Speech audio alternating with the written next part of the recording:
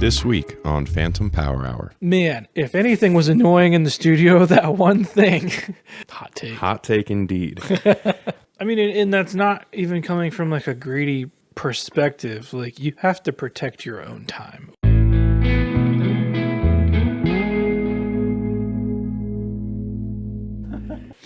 Oh, indeed. I also need hydration from a not LTTstore.com water bottle yet. I need that screwdriver. Dude, I commented on that last compression video saying that they need to send you a screwdriver. I saw that. Yeah, and I don't know why they haven't yet, because obviously, you know, if I say it, they should be doing it right away.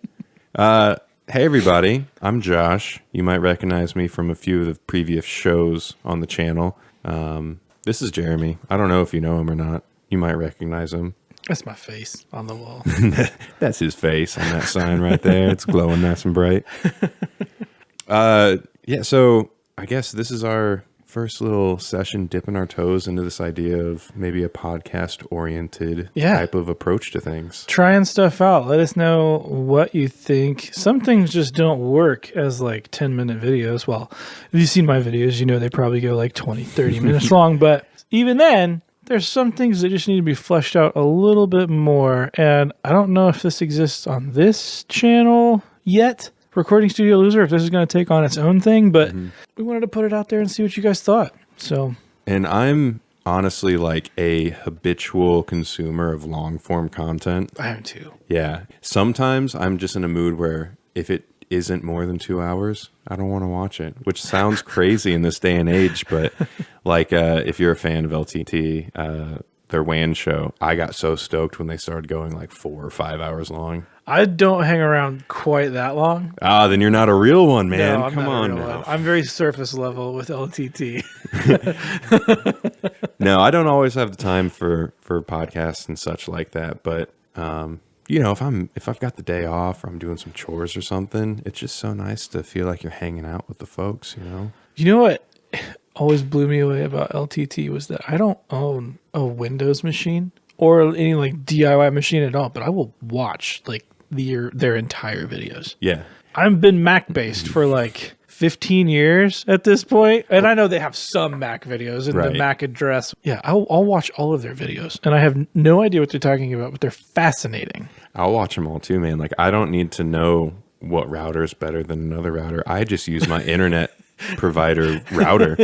But man, I'm going to watch that whole video and see what they have to say. But yeah, so we both like long form content. There's tons of stuff that Jeremy covers that, you know, could be elaborated on. And I was just kind of excited for an opportunity to talk more music because I love that stuff. Yeah. Gear, playing, everything in between. Here, scoot in a little bit more. Scoochy scooch. Because it's like you're just on the edge of being in. There we go. I'll tell you what I'm not on the edge of. I'm not on the edge of 17. I'm way past that mark.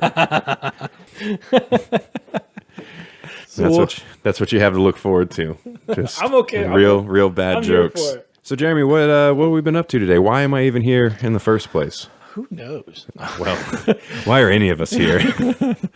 I've been working on developing course material for a couple different things, and I reached out to you specifically because you have a way of explaining especially like the musical breakdown of things in a really refreshing way. And if I'm being totally honest, I don't want to be the only voice that's on these other platforms. And you guys have heard me plug them a couple times, Worship Stream Audio and then Recording Studio Academy, both of which neither have content yet. We are hard at work making that, and today was a marathon of content. put a big dent into some of that today. There's actually been some videos where the video we did making a song in 15 minutes. Yeah.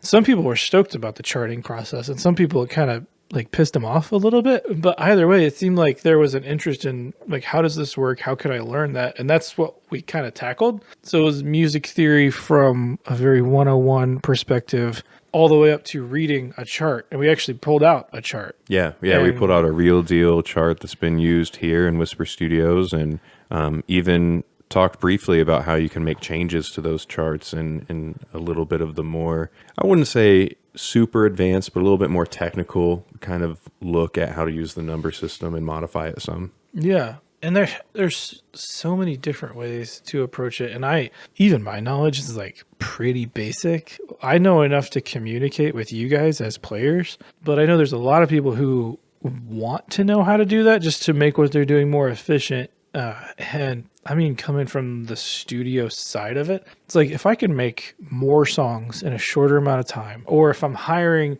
a room full of players, it's more cost beneficial for everybody to get through as many songs as possible in the most efficient way as possible. Yeah, yeah. And like charting makes that so much easier. Yeah, man, it's efficient. And then from the player perspective, I want the kind of most transparent and easy to digest rendition of what the songwriter has in mind, or what you might have in mind as like a producer, or when you get together for your like pre-production meetings and stuff and make those charts. And then, you have seen this in some of the videos, especially that song in 15 minutes video, but the way we work here is kind of my favorite approach, but everybody kind of has a voice to, hey, maybe we do this chord in the bridge instead, or we make this change. And if you can translate that concisely into numbers or into a chart in some fashion, everybody knows what you're trying to say without be like, hey, look at my hand, I'm doing this here. Can you do that there too? Yeah. And there does seem to be a pushback with that.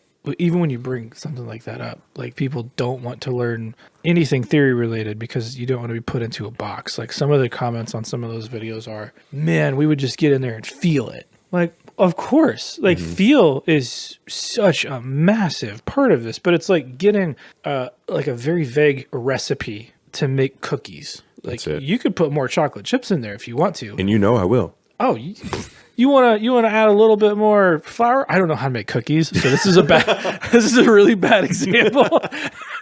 But you'd find you want to double the vanilla?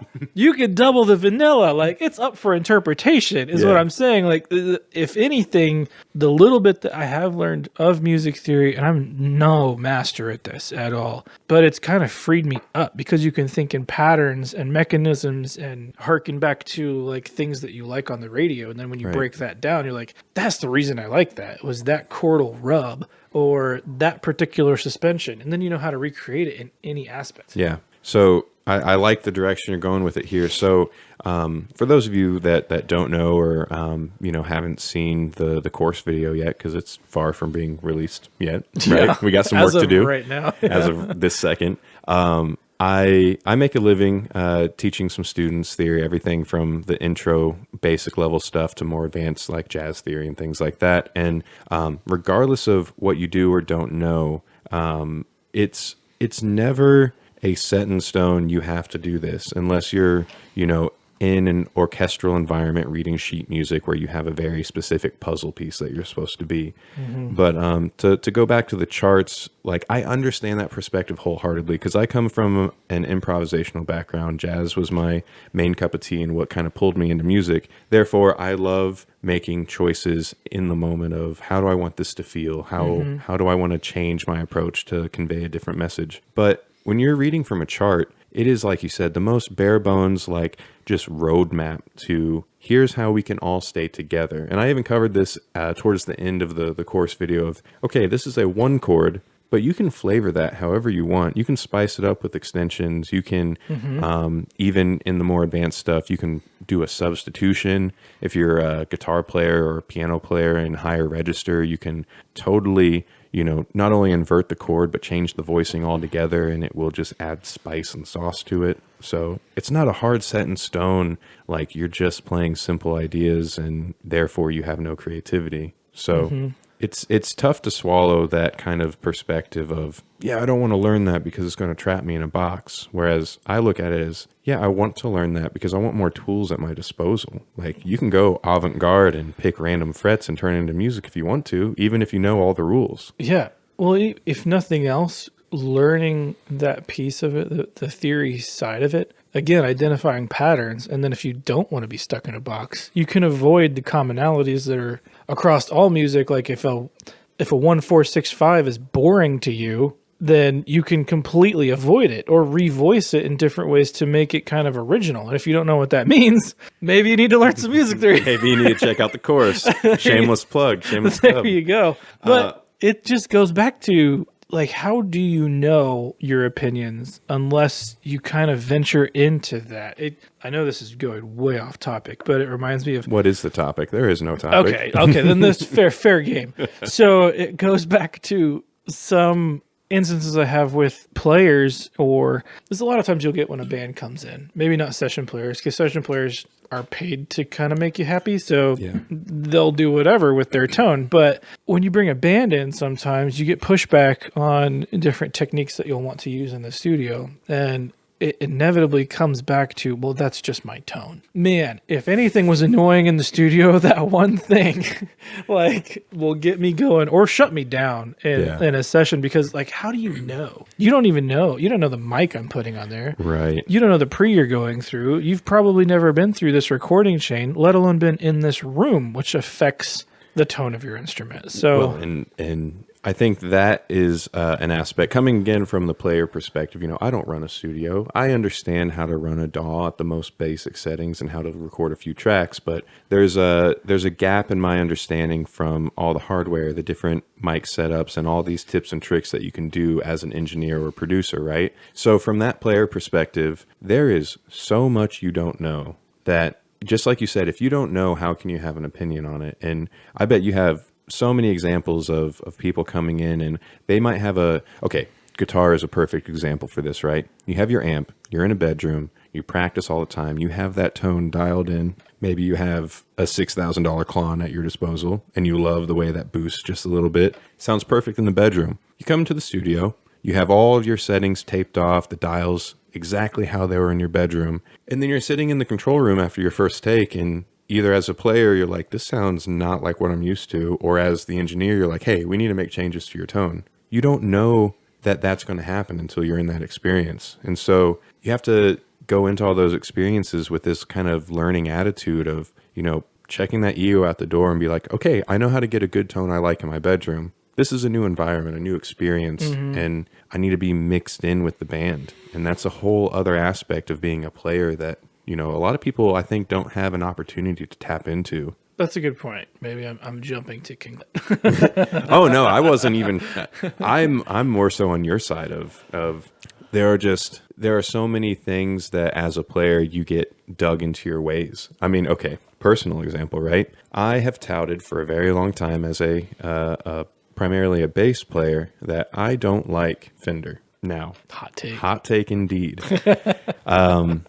But I have learned over the years, and I have kind of grown from that perspective of, no, I just don't like the sound of a generic, you know, J bass or P bass by itself in my bedroom. But as soon as you get that and you start putting it into a mix, all of a sudden it's like this holy sound. It works great. It supports a lot of things. And that's part of that learning experience of, okay, I didn't like this because of the context that I was in. And after I experienced it in a different context, you know, I did a session downtown a few years ago, and they specifically wanted to use the rig that they had there with their bass gear. And I was a hired gun. And like you said, I was there to make people happy and get the job done. And then I heard the tones. It was that classic pairing of a P bass into an SVT, mic'd up, no DI. And I was like, oh my. That's it. This is why people think it's so great. Yeah. Because it is. It's great. Yeah. I've kind of been on that same train of like not wanting a P bass, and I think part of it is like my natural tendency to go against the grain with certain things. Like I won't get certain plugins because a lot of people have that plugin. Yeah. Oh, listen, you use Pro Q, right? Yeah. Isn't that the most widely used one? I did it before it was cool. I made it cool. I got a J bass because I didn't want a P bass. And at the time, it was a stupid reason because I didn't even know the difference.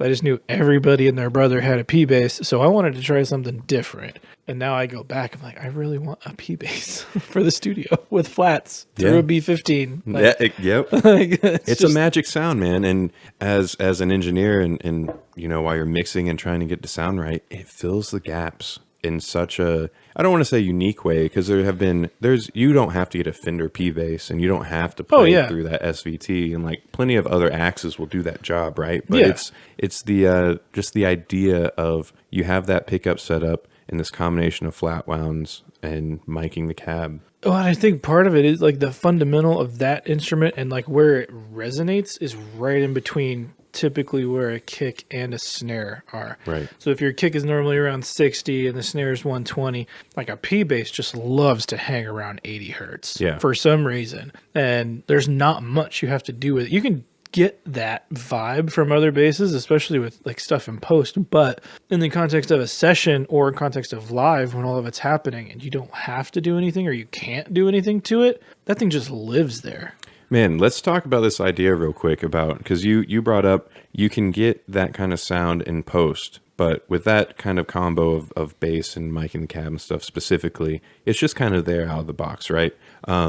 I, as a player, have plenty of examples of how kind of creativity and productivity can be spurred from not having to be finicky with the tone. But like, what's your perspective of that as like you're the one in the control room messing with the knobs, fiddling with the mic placement? How much of this is in your mind you're thinking ahead of like, how can I make this sound in post? What can I do to this versus being inspired by the tones in the moment without having to fiddle with it much? I always lean towards the latter for sure. And I think it's more about, and it's different for every session, and there's a lot of different contexts. And if you trust the players in the room, then it's definitely more trying to do whatever I'm doing to get out of the way and minimize distractions and make sure like a lot of that work is done front, like even down to like the stupid little things, like getting lines run before anybody walks in the door, so that if something does happen, I know it's not the lines, like the hardest thing to troubleshoot in the moment, or even like laying the cable in a certain way that when an amp is going in the amp room or the bass cab's rattling, like nothing's going to buzz. Like just those tiny little things are what make the massive differences, because you could have the most killer chain. Like I could run your bass through, you know, a Neve preamp and then a stupid expensive compressor going through crazy expensive converters. But if that cable's shorting out, none of it matters. None of it matters. Like, or if you have a ground loop at my pedal board or something like that. Yeah. All that stuff is useless. So it's more about minimizing those distractions and getting things out of the way. And then I will lean on what are the players doing? What can I accentuate? What are the differences that they're naturally doing? Because good players will play off of each other in so many unique ways. Yeah. And I like keep looking over towards the room because I'm like picturing when you guys are doing it. Yeah. And like even the subconscious level stuff is a huge part in like, what am I doing in the room to get them out of their head? You know, but if it's a band, there definitely are those thoughts of then you need to start making decisions like, okay, what's going to be the lowest instrument here, the kick drum or the bass, or and that could be how good is the bass player, right? Can he hang down there by himself? So it's just a different situation. Yeah, totally. And a lot of those things that you touched on, like the small differences making the biggest quality of life improvements from a player perspective, that's why I have always appreciated about just working with you in general, especially here at the studio, is when I'm driving up here for a session, I know we are going to be cozy. It's always a good vibe here, regardless of the iterations. If you follow the channel for a while, you've seen a few different iterations of the studio, right?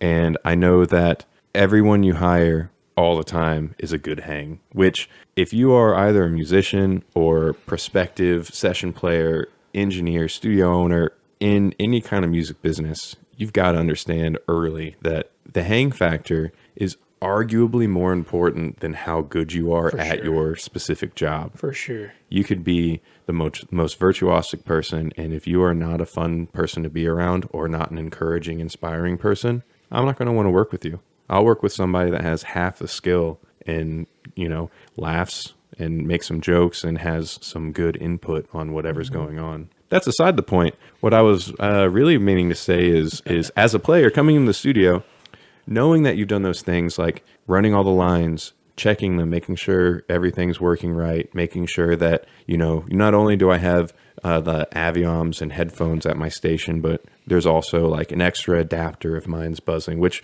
I think happened the last time I was in here. It was a while ago, but I think I had to swap out an adapter and you just had you're like, yeah, here's another one. But having all those small things covered makes me comfortable, and also puts me in a position as a player of, if anything goes wrong sonically or gear wise, it's going to be my stuff. So I also have this heightened responsibility of making sure like all of my stuff is prepared well to come in, because there's no fallback. If I decided to be like in a bad mood or have a poor personality and blame bad tone on you, I can't do it. There's nothing that you're doing that is faulting my signal chain. That's an interesting point I've never thought about. Yeah. That kind of leads me to a question.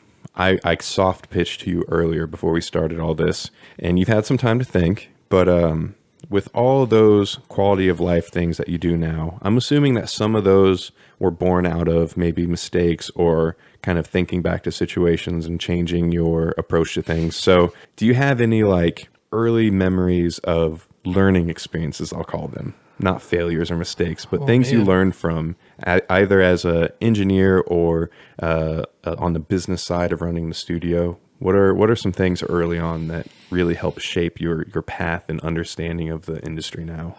Business side, I learned real quick to get the money early, because and that's not even coming from like a greedy perspective. Like, you have to protect your own time, whether you're a studio or a player or anybody anywhere in life. You have to protect your own time, and our only real way to do that as a studio owner is to get a deposit. Make them buy into the process, even if they want to get on the calendar. Because I can't, without fail, even when I do like favors for people who are friends and I don't take a deposit, they cancel. And then I have one day, if I'm lucky, if it was a really short session. Most often it's like 2 or 3 days that are just wasted and there's nothing there. Now I can make a YouTube video and it's not the end of the world. Yeah, you have not busy work, but you have ways to fill that time if it happens. But back when I was getting my start, that was like, that would affect my month. Because that was my bottom line just disappearing. Yeah. And so it was really quick after that I started forcing people to at least put 25% down. Yeah. And that comes off your total. All you got to do is show up. Yeah. And if you don't show up, that money's mine, because at least I know I'm making something for the day that I can't rebook. And part of it comes down to customer service and if somebody has an emergency, you work around it. There's certain things that you just can't avoid. Family emergencies, medical stuff. And it's happened to me and I've had to cancel. So I expect people to kind of give me that same leniency. So there's a whole human aspect of it. But going back to that thought of protecting your own time. And I think when you set that precedent early with people, they just accept it. Yeah. Whereas if it's like a conversation you're having and you're maybe talking to a prospect and you get way deep in the conversation, what do you want all this with? And then you start talking money, and then it's like, oh, I need money right now. Yeah. Then it gets a little weird and a little shady. But if that's up front, and that's why I have all that stuff on my website too. So it's you know what you're getting into. Yeah. I'm not trying to hide anything from you. This is all transparent, but this is how it's going to be. And it's like, okay. Man, those are the hard conversations. Just anything financially related. As somebody that's creative or as an artist in any medium, when money enters the picture, things feel weird, especially in the music industry. A lot of the work, especially early on, is amongst the people that you know well and call friends and stuff, right? But I see that all the time where, thankfully I haven't been burned financially by somebody. And I'm really appreciative of that. It just means I've not had the opportunity to come across a sour person, but I know I've heard so many horror stories of doing the gig, not getting paid, or anything and everything in between. So what's your take on, let's say, whoever's watching this now, maybe you're a beat maker, maybe you don't own a studio, but you have some, you know your way around a DAW and you have some pretty all right studio monitors, and, a friend has a band that wants to get their stuff mixed or whatever. How early, is there a too early to have that financial conversation in your business? If this is your, first time you're getting paid for something or expecting to be paid, do you think you bring that up immediately and say, hey, I am planning on making a career out of this. I would like to get paid. I know I'm starting out. I'm trying to make my rate adjusted for that. This is a learning experience for all of us, but here's what I expect and here's when I expect it. Do you think there's a too early for that conversation to happen? I don't know. I mean, if you're making that transition into that, like, because it seems like doing stuff for free into being paid, and we all tread that line Right. At some point in our careers, and it is always awkward. It is a very awkward time. The way I did it, like, it wasn't necessarily like somebody coming back and it's like, oh, by the way, now I charge. Thankfully for me, it was like a totally different. So I set that precedent with that person, and then it was just accepted. So I mean, if you need to have that conversation with somebody, and I know engineers who have worked just like this with friends, and it's like, you know what, this is now becoming kind of a job. And some of those conversations went really well, and some of them went really, really bad. Yeah, some people do not receive that well. No, but I think it's respecting yourself if you know, like, hey, I am trying to do a good job with this, and with that comes time, and with that, I gotta pay my water bill, you know, like, right. And just have an open, honest conversation. Because maybe if it's not that person, you know, maybe you go find somebody else to work with, and then when you can afford to work with that other person for free, then you come back. Yeah, especially if it's like a project you just want to be a part of, regardless of the financial side of it. For sure, the passion projects are huge, especially when you're getting your start. And I mean, even now, I don't tell everybody else, but Shh, it's a secret. It's a secret. Yeah, man. So as far as this idea of long form content, podcast, vodcast, I think that was a term for a hot second, and I think it went away. oh, Yeah. I know that you and I don't have a super firm idea of exactly what that's going to look like. I know that we have some podcasts that we both thoroughly enjoy and like to set our course in a similar direction and stuff. are you listening? I hope you're listening. If you've made it this far, then you're definitely listening. Any ideas, please let us know. I think we're tossing around some ideas as well. This may exist on this channel for a little bit, but I think the hope is, if you guys like it, and please let us know if you do, that this will kind of become its own thing, and go on its own channel. So, and I think there's other ideas, and of course, if there's anything that you want to throw into the mix, pop it in the comments and let us know kind of what direction you want it to go.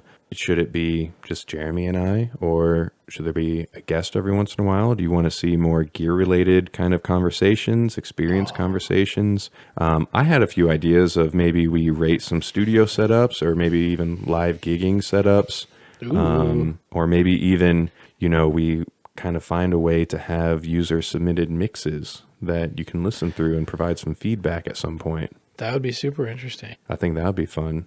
And getting the community involved, maybe, pepping up some Discord, getting all you guys to join there to, make friends in the comments and that kind of stuff. Which there is a Recording Studio Loser Discord that is highly inactive right now. And hopefully, I think Josh is going to help me figure out how to navigate that world. Because I'll be honest, I use Discord for one thing, and that's Midjourney.